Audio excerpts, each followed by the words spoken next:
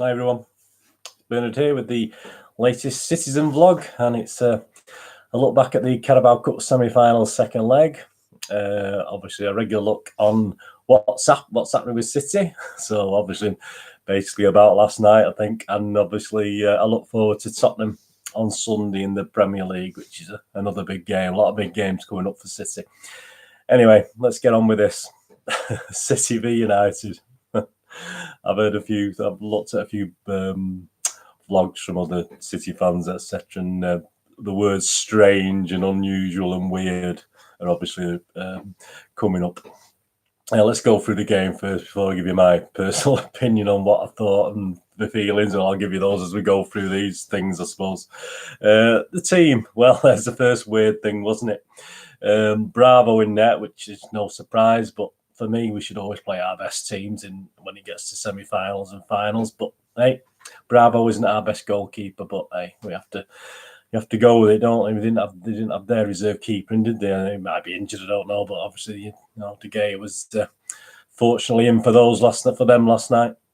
Anyway, Bravo, Walker, Otamendi, and Cancelo, and that's your defenders. So obviously, you've got Mr. Otamendi as our main centre, as our mainstay of the defence. Rodri, Gundogan, KDB, Bernardo, Mahrez, Aguero, Sterling.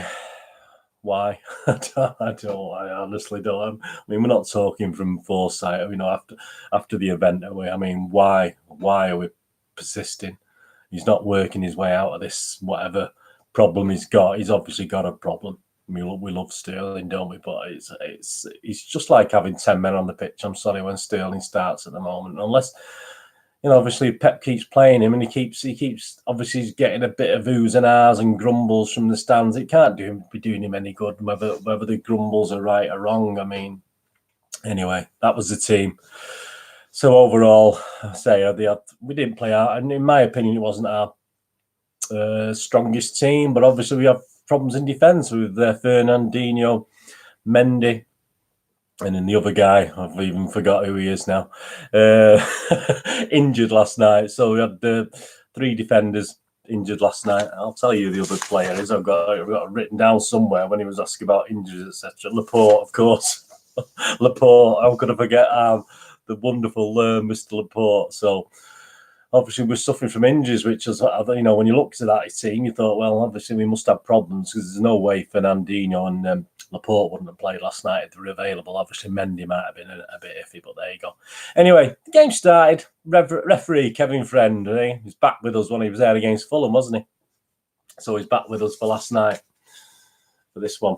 So great cover, but I mean, come on, City. I mean, it tells a story about that 1989 game. We've had lots of different games against United that they could go on about. It's getting, that's not a very good programme last night. I'll have a quick word about the programme later on. Anyway, the game. 7 minutes in, we put them under pressure, didn't we? De Gea, within the space of about 15, 20 minutes, he made 2 or 3 really, really good saves that kept United in it. That diving header from a superb dink through from Gundogan. Unfortunately, it was pretty much downhill after that. But a great diving header, and obviously he did everything he could do, and De Gea did everything he could do. He sort of read it pretty well and was well positioned to save it. 8 minutes. Again, he saved with his feet this time from a Mahrez deflected shot, which again was one of the better things Mahrez did on the night. And obviously it was 17 minutes. You saw Aguero zooming over across the box, had a little bit of a deflection, 1-2 with Sterling, everything, and he did one of those shots that in the past has hit the top corner, hasn't it? And De Gea's been beaten on his top left-hand side, but unfortunately De Gea was equal to this.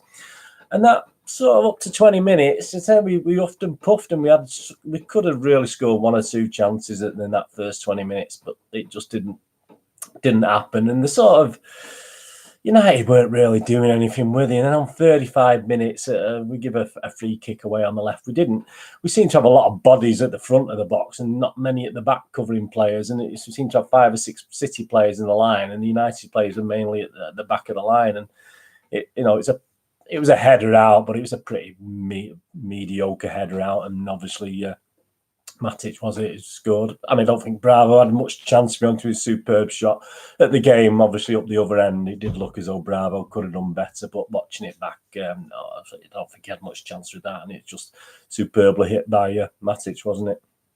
42 minutes, we thought we'd equalised. A bit disappointed, obviously Sterling scores, but there you go. It was he was quite well offside, but unfortunately, if you look back at it, I thought if he'd held back a little bit, I think he would have still been in a position to score the goal. So, but again, that's just Sterling in a nutshell, wasn't it? So, and that was 42 minutes, and then it was half time. So, I mean, we were 1-0 down, and you know, the crowd was okay. The crowd was pretty good even when we went 1-0 down. United fans were a bit louder than normal. They don't, you know, they're not usually, but I mean, second half, I don't think they were. The second half, they were pretty rubbish, to be honest with you. So obviously, half time, 1-0. And then just after half time, United had a chance to get the second goal. Maguire had a pretty much free header from a corner. Unfortunately for us, he headed over on 49 minutes. So that was lucky. And we were in control again. As I said, the second half, generally, United didn't really offer much, did they? So we were okay. We did enough without doing anything special. And then KD put on 58 minutes. I mean, these are all bad. I'm not even going to say good, bad, and ugly today. These are all pretty bad because of the way we either finished or United scored their goal. I mean, these are all bad things. I mean, KD put superb. I mean, that was good. Superb ball through to Sterling, who had 2 or 3 yards on the United defenders. And I just don't know. This is, I mean, they're going to get onto one with David Silva in a minute.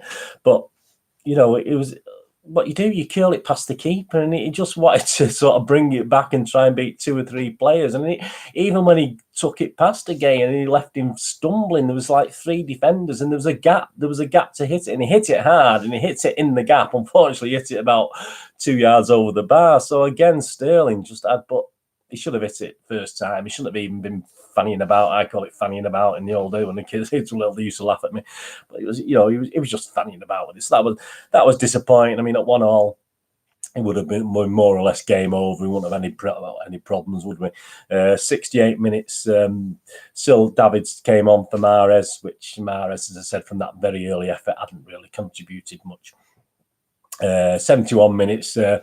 Again, I mean, it fell for. I mean, I know we've seen Kyle Walker do those blasts, haven't we, from way outside the box. Another blast, and De Gea was sort of going the wrong way, and the ball swerved a little bit, but obviously De Gea managed to parry it and get it out.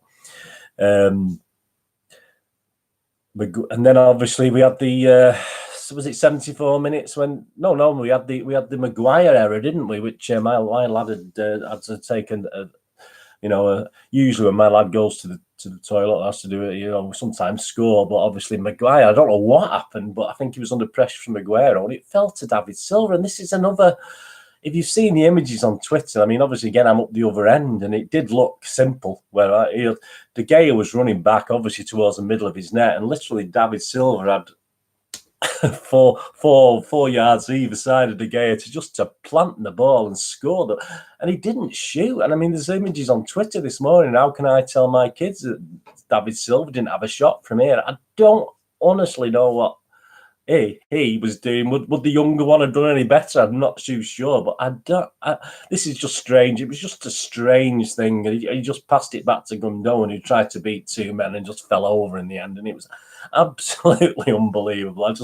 It ranked alongside Sterling's effort, which was pathetic. But David, please come on! I have no idea. I mean, how can you explain that? I mean, there's a man came in frame behind him when I watched the replay, but he was a good 7 or 8 yards behind him when David got the ball, so he wasn't on his shoulder or anything. I just don't know. I just can't explain that.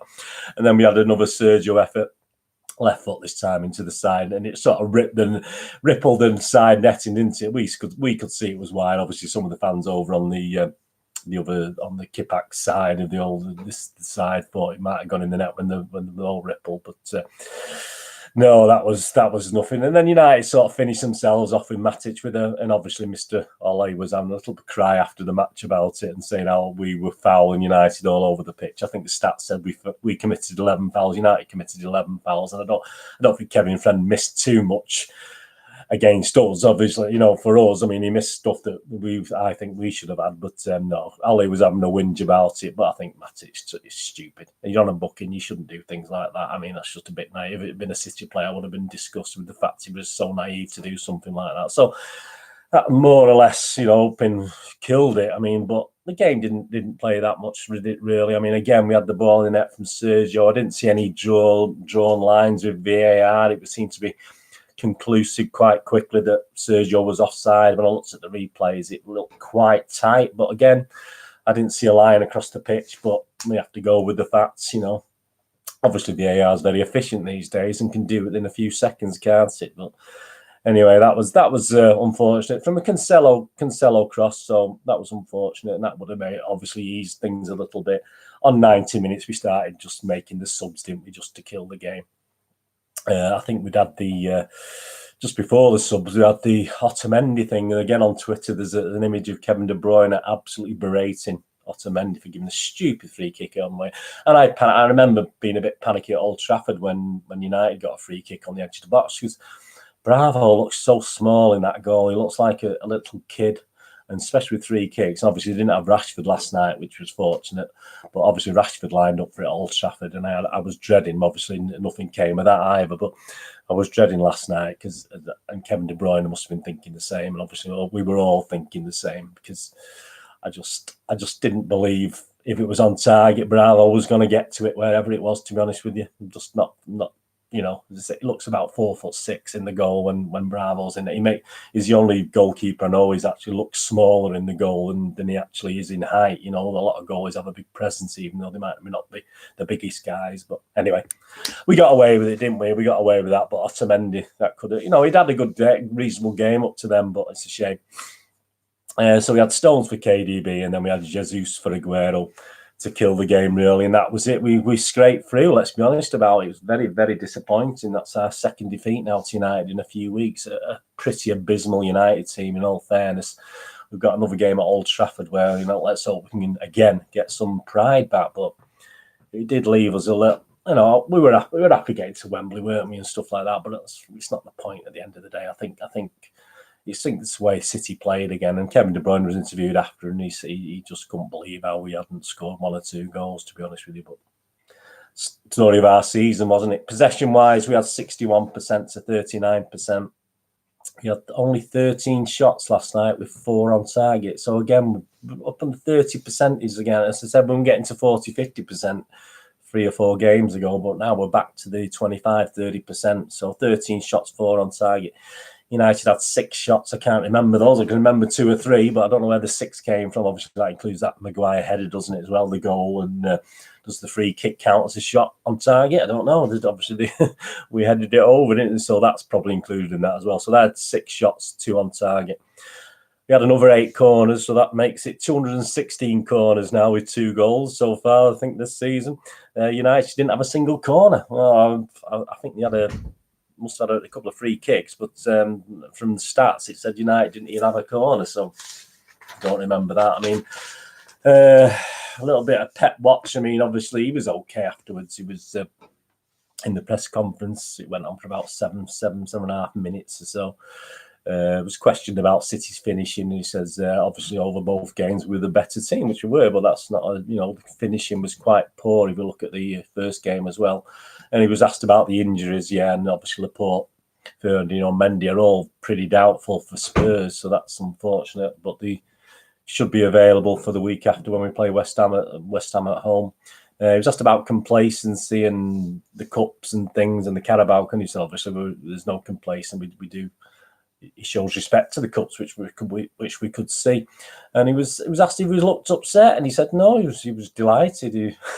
We played. We thought we played really well over 180 minutes, so he was quite happy. And he confirmed that Mr. Bravo will be playing in the final. So again, obviously, we're not playing our best team again, but there you go. It's nice being nice to people, isn't it? Sometimes it works, doesn't it? And Bravo has saved us in the past, and sometimes we're let down. I think back to the Wigan Cup final, obviously, and obviously Joe Hart got the nod in the final. We ended up losing. It would have been any different if we stuck with the I can't remember who was in goal. Was it Caballero? All for the other rounds, and obviously, but we stuck we stuck Joe in for the final. I can't remember now, but obviously it didn't work out too well that time, did it? But I know, as I said, semis, finals, unless we're playing a semi-final, we're comfortable with 4 or 5-0 up or something like we did against Burton last season. I'd always play my best team in a semi-final. I'm sorry, obviously me and Pep would disagree on that. I don't, and there's no sentiment, in my opinion, on that.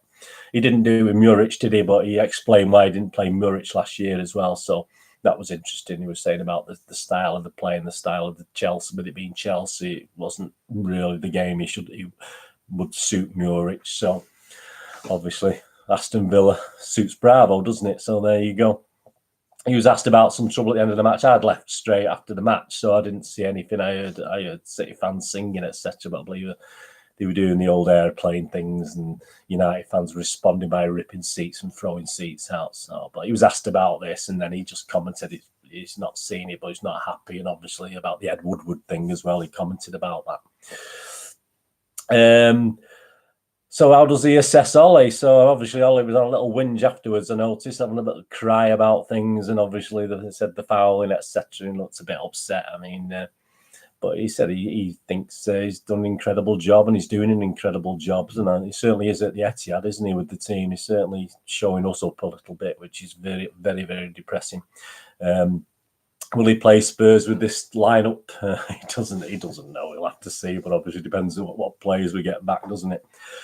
So, yeah, I mean, overall, it was like that. Let's look at Stuart Brennan's ratings for the match. He called it a strange game. The players' ratings on a strange night, Mr. Brennan, which I can't disagree with. So let's have a look at what he's given. Claudio Bravo had no chance with the goal, although someone will no doubt blame him. Had a very little else to do. He's given him a 6, yeah, Claudio Bravo. I think I'd echoed that sentiment. I'd give him a 6 as well, which is just the bog standard. Kyle Walker, thunderous shot, had equaliser written all over it, but startled De Gea, parried. Defensively sound versus Marshall. Give him a 7, yeah. And I give Walker, I'm not going to go mad last night, because I had a little bit. We played within ourselves, and they're not great, so I'm going to give Walker a 6.5. I think you'll find Stuart's a bit higher than me on most of the players again.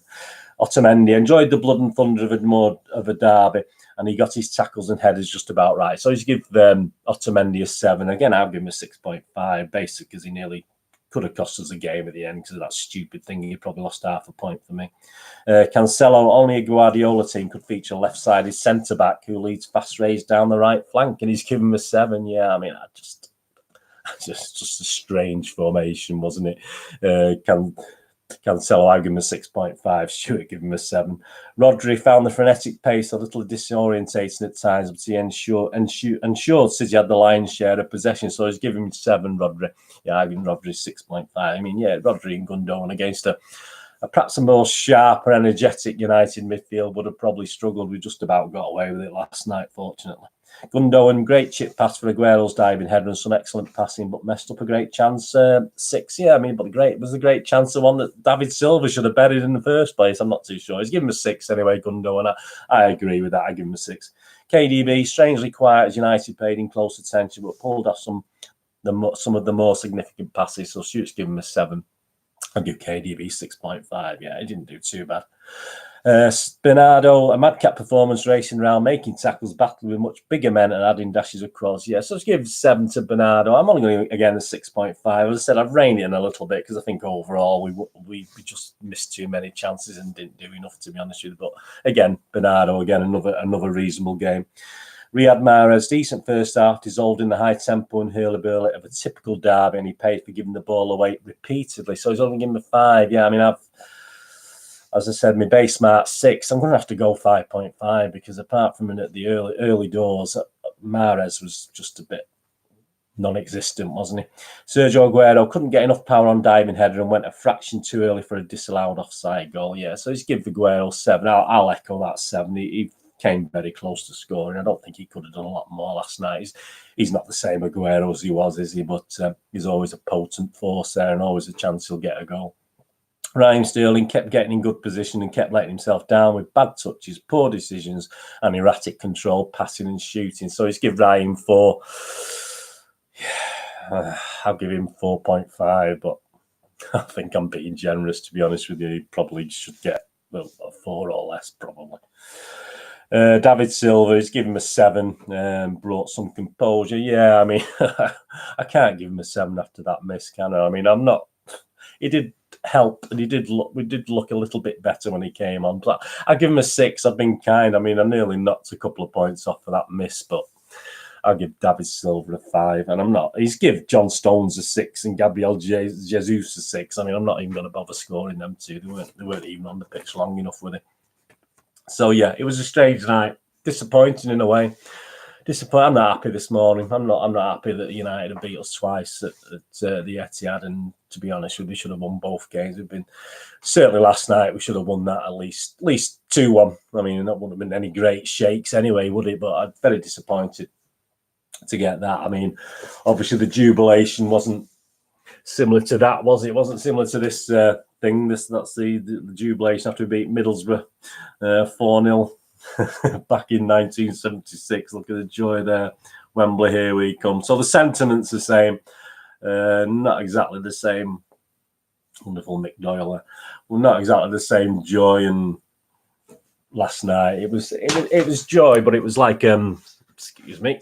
It was like a forced joy. It's like not a real passionate joy, because we've just been beat at the end of the day. Yeah, the programme, just a quick thing. I mean, I've had a look through the City programme, and it's pretty poor, to be honest with you. I mean, because I did think back to the United one. I was going to do a sort of match-up before it was brilliant. I mean, this is a brilliant. It's 50p dear. That's £3. But this was superb. I mean, I hate United with the passion I do, but this programme is a proper programme. History of the games with City United, and I mean, you get a poster in the middle, all right, who wants him anywhere? And obviously, but you've got on the other side, me and my history. I mean, you've got a Bobby Charlton poster. I mean, it's amazing. You've got a kids thing with kids quizzes. I mean, the kids thing on there is just going on about the fans. I don't think there's anything for kids to do, at least in the United one. There's, the quality of the two programs is unbelievable. The difference in quality, and I mean. There's not even, as I said, I always use the City programme as a 6 when I'm looking at programmes and trying to review and doing a little battle, but I didn't even want to go into that. The only thing better in the City programme is we have Summerby and they have Paddy Crerand. So that's the only thing that's actually better in our programme. So I just thought I was really disappointed. So they even won the battle of the semi-final programmes as well, which is quite depressing. But anyway, as I say, I don't know as to say. I mean, you have a piece on the 89 5-1. I mean, how many times? I mean, there's so many derbies we've played against United over the years. Even modern times where there's information about to, just show one of them. Don't. I don't know. Anyway, that's by the by. Twitterverse. Let's have a quick look before I go on to the Tottenham game. How long have we been going? 22 minutes. Let's have a quick look on Twitter. Anything exciting on there? Being said. Probably not. All right, so let's have a look there. Yeah, there's the other day when City played Fulham. I mean, obviously I was at the match, so I didn't see it. But they were on about the agenda, and they were putting little captions of the players. And obviously, I had Alan Shearer, 2-time FA Cup finalist with Newcastle, then Ian Wright, 2-time FA Cup winner with Arsenal, and then Joe Hart. It just said Burnley. So not FA Cup winner and FA Cup finalist. It just said Burnley. I mean, so I can appreciate where some people get a bit annoyed about vendettas, etc. And some people say, "Oh no, there's no vendetta, but it's just being silly." But no, I'm sorry. It's just something weird, isn't it? And just to mention, I'm not going to go through it because we've been through it all, and till and obviously City fans have been falling out over it. But obviously the empty seats and Pep Guardiola. I mean, my impression is he's slightly in the wrong, but he could stick up for City more. But it is what he is. He manages a team. I don't think he's that bothered about us, to be honest with you. But if you go on the app 9320 pod, there's a wonderful piece by Howard Hockin. Please go on there and check that out. And it's a little thing Howard Hawkins done. If you're familiar with Howard Hawkins, he does some great stuff, and it's just a great piece. Just read it, and it says a lot of what I think.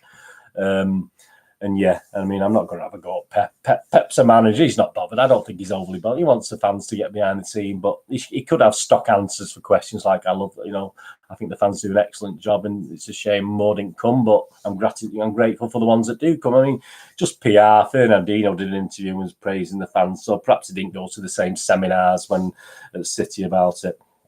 Opta Since joining Manchester City before the 2013 season, Fernandinho has won 149 of his 214 games in the Premier League. That's 70% more than any other player in the competition. So that was to do to the, obviously for Fern, who's now signed an extension, which is wonderful, isn't it?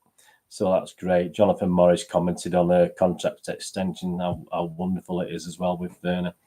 And then obviously, Jonathan Morris said contract extension, but he was talking about Richard Jolly, who'd written, Ole Gunnar Solskjaer is the only manager to beat Pep Guardiola's Manchester City twice at the Etihad Stadium. So obviously, sarcastically, we were asking for a contract extension. So that's the only good thing. At least it'll keep Ole in a job for a bit longer, won't it? So, and then you've got people showing the David Silva miss and explain, how do we explain to our kids?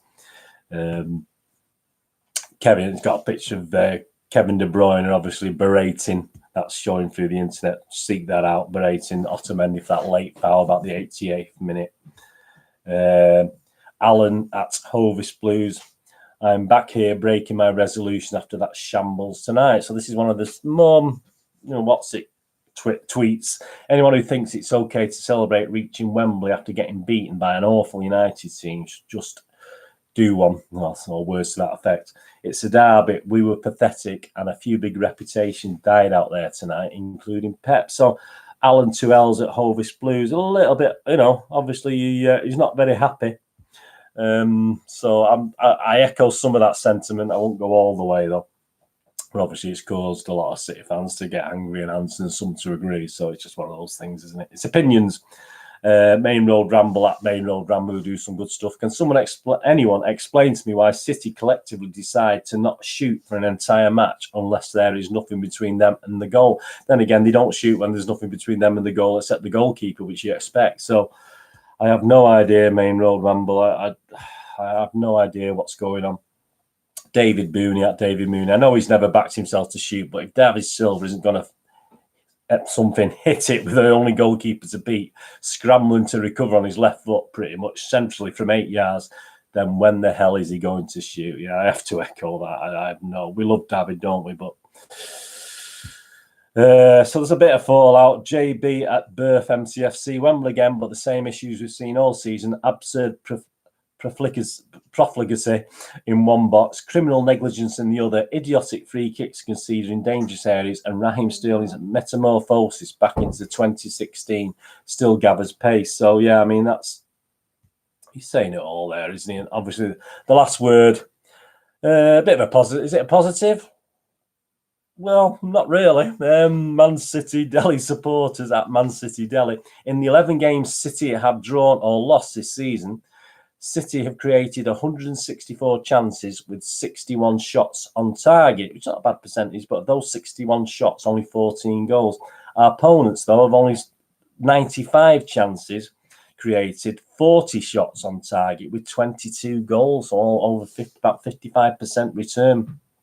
And we've got about, do it in my head, 24% return. So just an interesting stat. I don't know how right that is from Man City Delhi, but that's a stat from them. Right, I'm going to Spurs, aren't we? That was the first trip. That's the first trip I've known to Spurs. The first one I've got, February 25th, 1967, when I would started going to the matches. So I had a great team then, didn't we? Spurs. Look at the team there, Spurs and City. Absolutely fantastic teams, both Spurs and City in those days. That was the season after we just got promotion again. So the season before we won the league. This is the middle season from promotion, and that's a picture of City with the old second division title there in front of them. It's a nice picture to have on the front of the Tottenham programme, which is a nice touch, isn't it? Obviously, well, we didn't do very well, did we? Back in August when it was a 2-2 draw, which wasn't the greatest of games, was it? Odds to win the game, Tottenham are 5-1. Not a bad price for being at home. The draw's 4-1, and City are 14-25. against? So that's for Sunday, February 2nd. We're playing Spurs, 4:30 kickoff. Their average crowd's Tottenham 59,357, which isn't bad, against the 61,104 highest. So there's like a 2,000 difference between the lowest and the highest. Just put that into context. What's the difference with City's lowest and the highest? Have a quick look on here. Yeah, so Liverpool's lowest and highest is only a 200 difference. City's is only about 100 and 110, 120.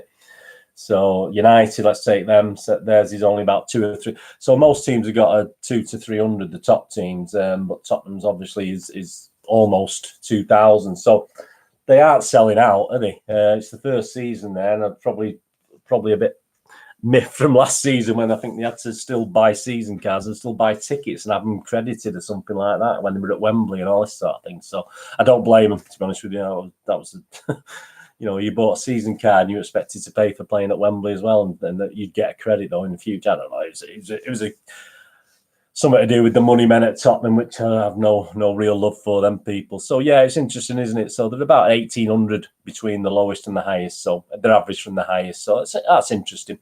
Spurs are 6th at the moment, but if they, based on the home games, they'd be 4th. They played 12, won 7, drawn 2, lost 3. And under Mr. Mourinho, they played 6, won 4, lost 2, not drawn any. So they've won 4, lost 2. Obviously, Mourinho's been in charge now at home. They've beat Bournemouth 3-2. They beat Burnley 5-0. They've lost to Chelsea 2-0. They beat Brighton 2-0. They lost to Liverpool 1-0, and they beat Norwich 2-1. So obviously against the top 6, they've lost the game so far under Mourinho. I mean, last season, obviously, we went there twice, didn't we? We had a great win with Mahrez, but unfortunately, we had the disappointing Champions League effort, didn't we? So it should be a good game. I mean, they're all right, Tottenham, but I wouldn't even predict our team. I just don't know defensively. They do. I'm a bit worried with Son and up front, etc., and the pace they've got, and these teams, they've got players sort of back on a little bit of Dele Alli's back on a bit of form, isn't he? So it's going to be a tough game. I mean, I wouldn't be surprised. I sort of would be happy with a draw. I don't think that's good enough, but I would be sort of happy with the draw. No, I wouldn't be surprised if we get beat, to be honest with you, unless we, again, up our game, because, it was a funny one last night, wasn't it? We're leading 3-1. It's always psychologically difficult when you're doing that. You've got to go out to win, and we did. We started really well, but psychology, it's hard when you're already winning 3-1. And obviously this is obviously a blank canvas, isn't it, against Spurs? We can start again from scratch, so it should be an interesting game, and I think it's going to be a nervy game. I don't think we're going to take to them. I think our best 2 away wins came quite recently, didn't they? 11-12 and 13-14 when we beat Tottenham 5-1 in both those seasons. So we have a pretty good record recently against Tottenham away from home, don't we? So be interesting. It'll be a very good game. I'm a bit nervous about it. We've got to cement that second spot. Liverpool went 19 points clear, was it? They played the game in hand last night. Liverpool 19 points clear. I mean, people are panicking now that they could win the league at our ground. It's life, innit? Don't worry about it. As long as we don't give them a guard of honour or anything stupid like that, I'll be quite happy. Anyway, hope you enjoyed that. I'll be back after the Tottenham game anyway. So I'll be back on, I think it's Tottenham's, it's Sunday. Yeah, Sunday. I'll be back on Monday. And obviously we'll be having a look at the last home game before the winter break. So they have a nice winter break, don't they? And I think about Wembley and trying to get some money together. I'm struggling financially, but I'll try and beg, steal and borrow and find the cheapest way of getting to Wembley. Perhaps I'll get a push bike and start off early and get there. So I'll sort that. That's my problem anyway. It's not your problem, is it? But say we got West Ham away, and then the a couple of weeks winter break, just under a couple of weeks winter break, haven't we? So anyway, thanks for watching this. Hope you enjoyed it. Please put your comments below what you think. Any thumbs ups are always great. If you're not subscribed, please do so. Push the bell notifications when you know these Citizen vlogs are coming out. And don't forget my history vlogs. I've just done recently a February. If you're interested in February 1982, please look back. There's quizzes on there, city quizzes and stuff on various vlogs. So please seek those out. That'll be absolutely fantastic. And tell your friends. Let's get them. The numbers are increasing steadily still. So please tell your friends. It'd be be great. More the merrier. And as you say, let me know in your comments. But it's all opinions, isn't it? You might agree. As I say, I didn't go into the empty seats thing about the Fulham game and the criticisms with Pep. I mean, I've said enough on Twitter and stuff. And as I say, I think I just accept people for what they are. I accept Pep is never going to be. We're City fans. We love City, don't we? Whatever. We stick up for each other. But Pep's a manager. You know, he'll go at some stage and he'll move on to something else. I'm sure he'll have fond memories of City, but I don't think the City fans are amongst his up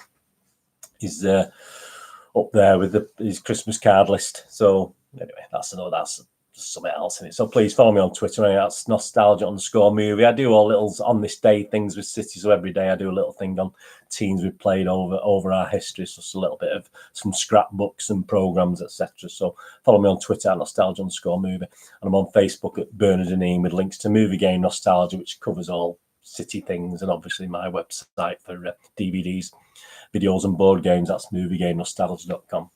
So thank you for watching. Oh well, after another derby defeat, bit disappointing, but you know, there's a light. Over the 2 games we won, didn't we? We won 3-2. That's all that matters. Over 108 first half and second. We won the first half. We lost the second half. So then again, I think we won the first quarter, didn't we? Lost the last 3 quarters, I think. So that's probably a worse way of looking at it. Oh, we lost 2 quarters and drew 1 quarter. So overall, we actually lost, but we didn't underscore. So that's all that matters. What goes in the old onion bag. Thanks for watching anyway. What are you going to do with the rest of your day? Look after yourself, look after your friends, and more importantly, look after your family. And hopefully I'll just see you all again very, very soon. Thanks for watching. This is Bernard saying goodbye.